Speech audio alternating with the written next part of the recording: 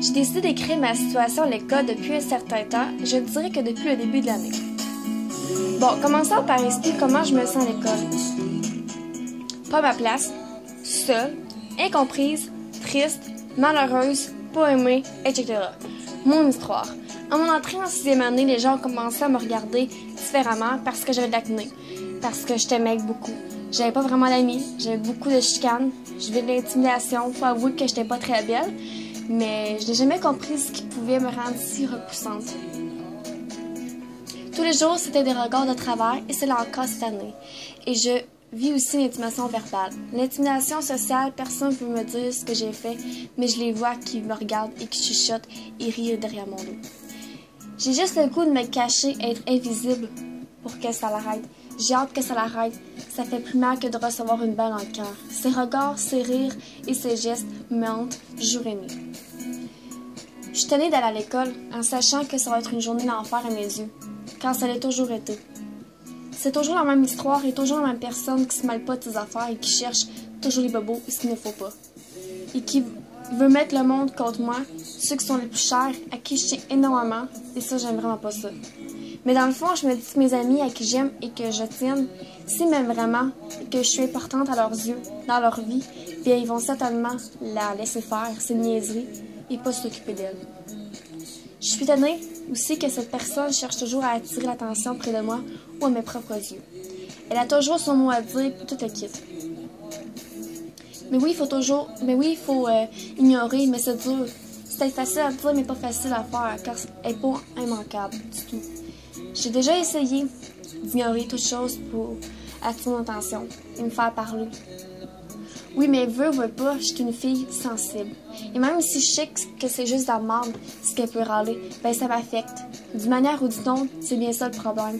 Et je me dis que cette fille-là ne doit certainement pas être bien avec soi-même pour faire endurer ça du monde en moi. Et ce qui me fait énormément de la peine et qui me met très en colère, c'est les fois où ce qu'elle peut dire à mes amis ou à moi que je suis une tinissa, une salope, une bitch, une fouteuse de merde. Elle se croit la reine et bien d'autres. J'ai aussi des rumeurs à mon sujet qui m'ont affecté beaucoup, dont mon chum, c'est un gay. Avec toutes mes ex, j'étais pas capable de les garder, puis je voulais juste du cul. Elle dit aussi que je l'énervais quand je connais mon chum. Et Natacha disait, sans le connaître, que c'est un trou de cul et que ça paraît qu'il veut juste du crise de cul parce qu'il regarde le cul puis les boules. Il va la crisser dans le pelon, blablabla. Puis il faut toujours qu'il se passe des choses et qu'il dise des choses dans mon sujet derrière mon dos à chaque fois que je suis allée dehors, gros max 20 minutes. Et quand je revenais, mes amis venaient me voir et j'ai toujours dit à mes amis, mes vrais amis, de tout me dire quand il y a quelque chose qui se dit de moi. Please.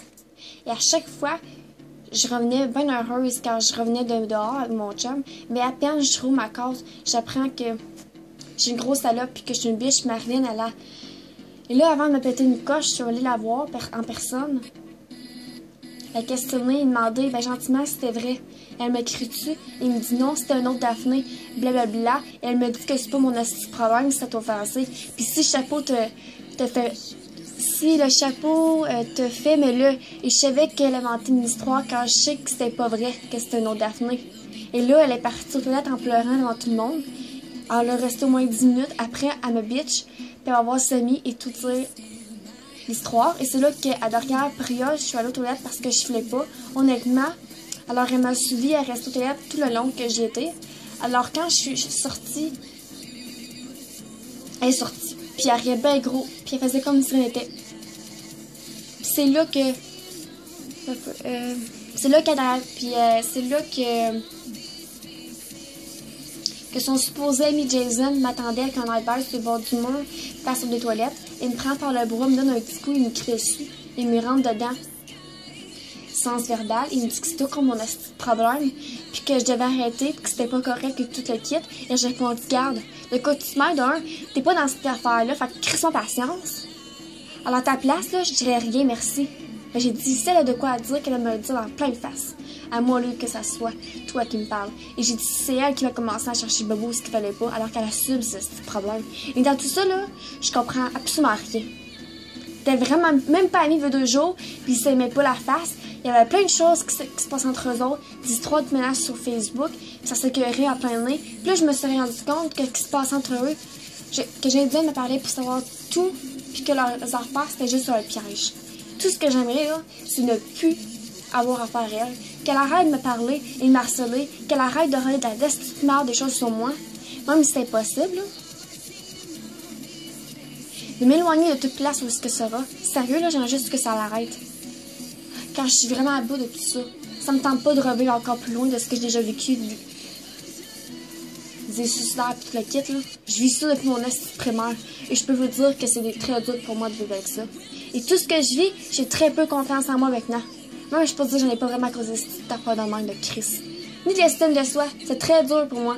Faisant en sorte que tout ça suffise pour que je prenne force et avoir le goût à aller à l'école et manger correctement et bien dormir quand c'est plus le cas en esti, quand c'est en train de me hanter jour et nuit et je suis pas fière. Merci de m'avoir écouté.